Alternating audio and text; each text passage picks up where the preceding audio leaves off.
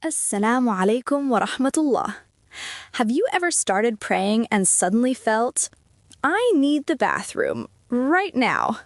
And what about doing wudu while undressed or under the shower? Does ghusl cover wudu?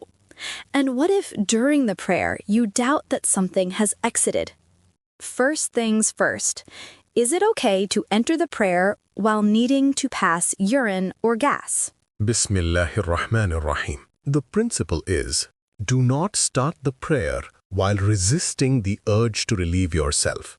The Prophet ﷺ taught that there is no prayer while food is present that you want to eat, nor while one is resisting the two impurities, urine and feces. The wisdom is clear. Prayer should be with a settled heart and focused mind. Understood. But what if the urge hits during the prayer? Should I stop? If the urge becomes strong to the point that it distracts you and causes discomfort, then yes, end the prayer, relieve yourself, make wudu, and return to pray with presence. If it's mild and not distracting, you may complete the prayer. And if someone goes ahead and completes the prayer while resisting, does it still count? Scholars differed. Some held that the prayer is valid but lacking in completeness. Others said it is invalid if the urge is severe and overpowering. The safer path is to avoid starting the prayer with that urge and to stop if it becomes strong during the prayer. If a person completes the prayer, understands the pillars, and maintains predominant focus, the closer view is that it is valid but disliked. Still, we should not be casual about this. Protecting humility in prayer is the goal. Which brings us to a common challenge. What about someone who frequently feels the urge, especially on the way to the mosque or just after arriving? If the urge becomes distracting while already at the masjid, it is better to step out, relieve yourself, renew wudu, and then return or pray afterward. Because the Prophet ﷺ prohibited praying while resisting urine and feces. And what if they're worried the congregation will finish before they make it back? Plan the timing so you leave home closer to when the prayer actually starts, minimizing waiting and better combining purification with attending the congregation when reasonably possible. If despite that, the urge is severe and persistent, praying at home with presence and proper purification is better than standing through prayer in discomfort and distraction.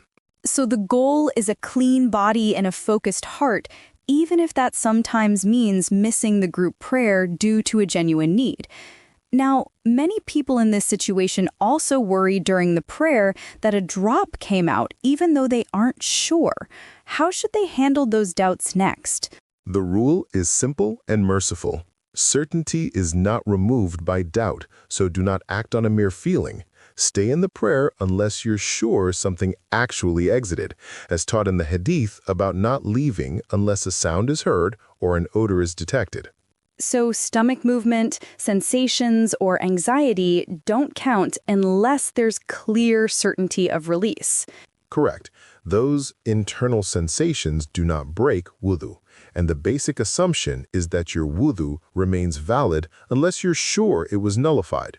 And if she becomes absolutely sure mid-prayer that something came out, then the prayer is invalidated. She should stop, clean herself, renew wudu, and pray again, because purification is a condition for prayer when a nullifier is certain. But if it's a recurring anxiety, checking, second-guessing, losing focus, what's the healthiest way to respond?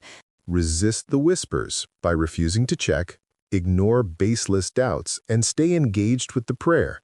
Unless there's certainty, treat your prayer and wudu as valid. That's clear and empowering. Now, if someone finishes the prayer and then notices a trace but isn't sure whether it happened during or after, what should they do next?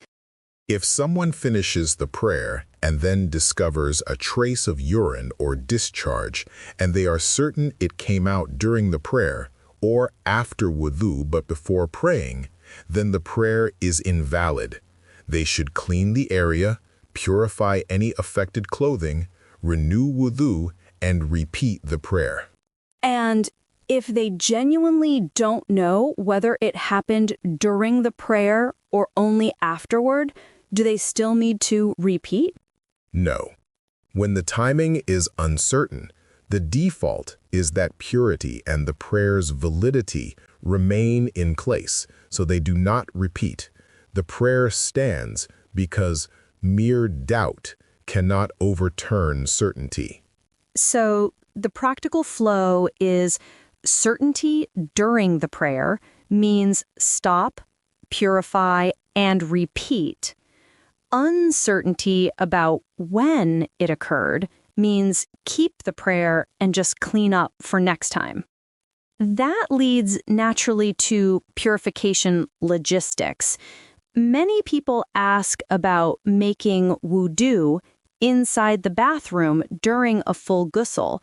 Is that acceptable, and how does it differ between ghusl for Janaba and the Friday shower? Yes, making wudu in the bathroom during a full ghusl is valid, as long as the washing area is clean and free of visible impurity. So it's fine to begin ghusl by making wudu under the shower before washing the rest of the body? Exactly. Beginning ghusl with wudu is the prophetic method, and for Janaba, if you wash the entire body and include rinsing the mouth and nose with the intention of lifting major impurity, that ghusl covers wudu, and you can pray without a separate ablution. And if someone doesn't rinse the mouth or nose, or wasn't specifically intending to lift the state of impurity, should they just make a quick wudu after finishing the shower? Yes. In that case, perform a normal wudu after ghusl to ensure minor purification is in place before praying. How does this differ from the Friday shower before Juma?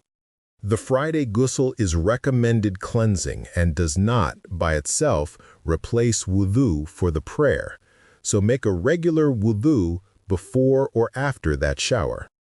And practically, doing wudu while undressed in the shower is acceptable so long as the space is kept clean. So keep it simple in Salah. Don't start while holding it. If a strong urge hits, step out, relieve yourself, renew wudu, and return with a calmer heart. And if urges are frequent, leave closer to the iqamah. And when it's truly severe, praying at home protects your khushu. Waswasa gets no airtime. Stay in the prayer unless you're certain a nullifier occurred. If you later find a trace, and you're sure it happened during the prayer, repeat after purification. If you're unsure when it happened, the prayer stands, just clean for next time. Purity, presence, and certainty, let these guide every step from wudu to the last salam. Wassalamu alaikum wa rahmatullah.